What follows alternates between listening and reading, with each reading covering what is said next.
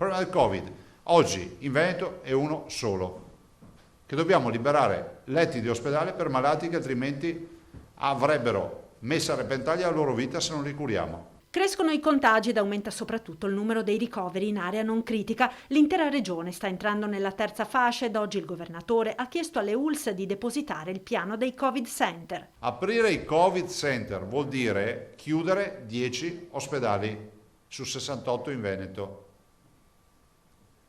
Vi ricordo che in Veneto noi eroghiamo mediamente 80 milioni di prestazioni all'anno, vuol dire che mediamente ogni mese perso in prestazioni sono 7 milioni di prestazioni. Quindi oggi veramente vi dico, adesso iniziamo a entrare nel vivo della battaglia che ci motiva ancora di più, però è fondamentale chiedere la collaborazione dei cittadini. Niente panico, continua Zaia, ma anche un forte appello ai veneti a collaborare seguendo le regole. Questa è una sfida che dobbiamo fare assieme. Cioè non è che funziona che noi ci occupiamo degli ospedali e il cittadino va via con la mascherina così. Così potete lasciarla a casa la mascherina, non serve a niente.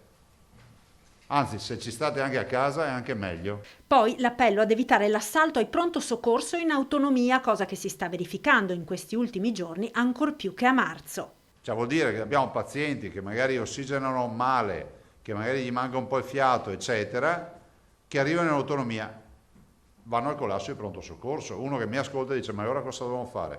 Cercate di fare in modo di essere collaborativi, a nessuno verrà negate le cure, non ci sarà nessuno che avrà le cure negate, però chiamate il vostro medico. In questo senso, continua Zaia, è fondamentale l'accordo siglato a livello nazionale per la somministrazione dei tamponi da parte dei medici di base, un accordo firmato dalla FIMG che conta in Veneto 2.000 medici di famiglia su 3.150, ai quali la regione si impegna a dare in 48 ore tamponi e dispositivi. Nel frattempo, spiega l'assessore alla sanità Lanzarin, per fronteggiare la carenza di personale negli ospedali è già stata autorizzata l'assunzione di 3.448 figure professionali tra medici, infermieri e DOS, 2.200, 250 delle quali medici delle USCA, sono già state assunte. Infine, sollecitato dai cronisti, l'ennesimo accenno di Zaia alla polemica con il professor Crisanti sulla paternità del piano tamponi a Vo. No, non intervengo su ste robe, cioè non intervengo, è una vicenda dolorosa.